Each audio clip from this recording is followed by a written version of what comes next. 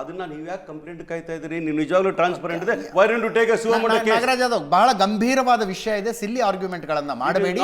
ಒಂದು ನಿಮಿಷ, you don't have a silly argument ಅಂತ ನಾನು telling you very clearly. Election commission ಏನು ಮೇಲಿಂದ ಬಂದವರಲ್ಲ, ಅವ್ರನ್ನ ನಾನು ಕೇಳ್ತಾ ಇದ್ದೆ, ಅವರು ಟ್ರಾನ್ಸ್ಪರೆಂಟ್ ಆಗಿದ್ರೆ ಈ ಸಮಸ್ಯೆ ಬರ್ತಾ ಇರಲಿಲ್ಲ. ನಾನು ಕೇಳ್ತೀನಿ, ಒಂದು ಮನೆಯಲ್ಲಿ 80 ಕೋಟಿ ಹೆಂಗ್ರಿ ಬರ್ತದೆ?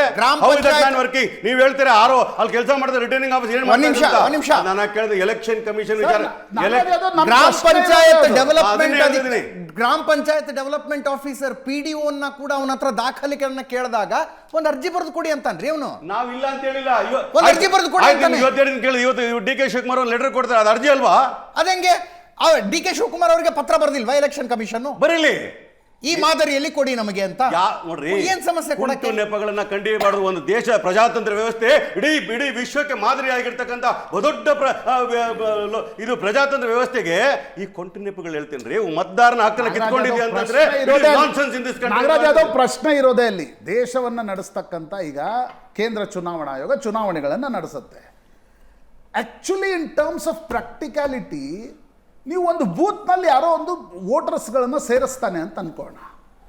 ಆ ಆರೋಪ ನೀವು ದಿಲ್ಲಿಯಲ್ಲಿ ಕುಳಿತಿರ್ತಕ್ಕಂಥ ಮುಖ್ಯ ಚುನಾವಣಾ ಆಯುಕ್ತರ ಮೇಲೆ ಹಾಕ್ತೀರಾ? We are not telling only one particular ಚುನಾವಣಾ ಆಯುಕ್ತರಲ್ಲ. ಹಾಕ್ತೀರಿ ನೀವು? ಕೇಳಿ, ಆ ಡಿಪಾರ್ಟ್ಮೆಂಟ್ ಮೇಲೆ ನನ್ನ ಪ್ರಶ್ನೆ ಉತ್ತರ ಕೊಡಿ. ಲೋಕಸಭಾ ಚುನಾವಣೆ ಇದ್ರು, ಈಚ್ ಇಂಡಿವಿಜುವಲ್ ಅಲ್ಲ, ಆಯೋಗದ ಮೇಲೆ ಕಂಪ್ಲೇಂಟ್ ಅಂತಂದ್ರೆ ಯಾರು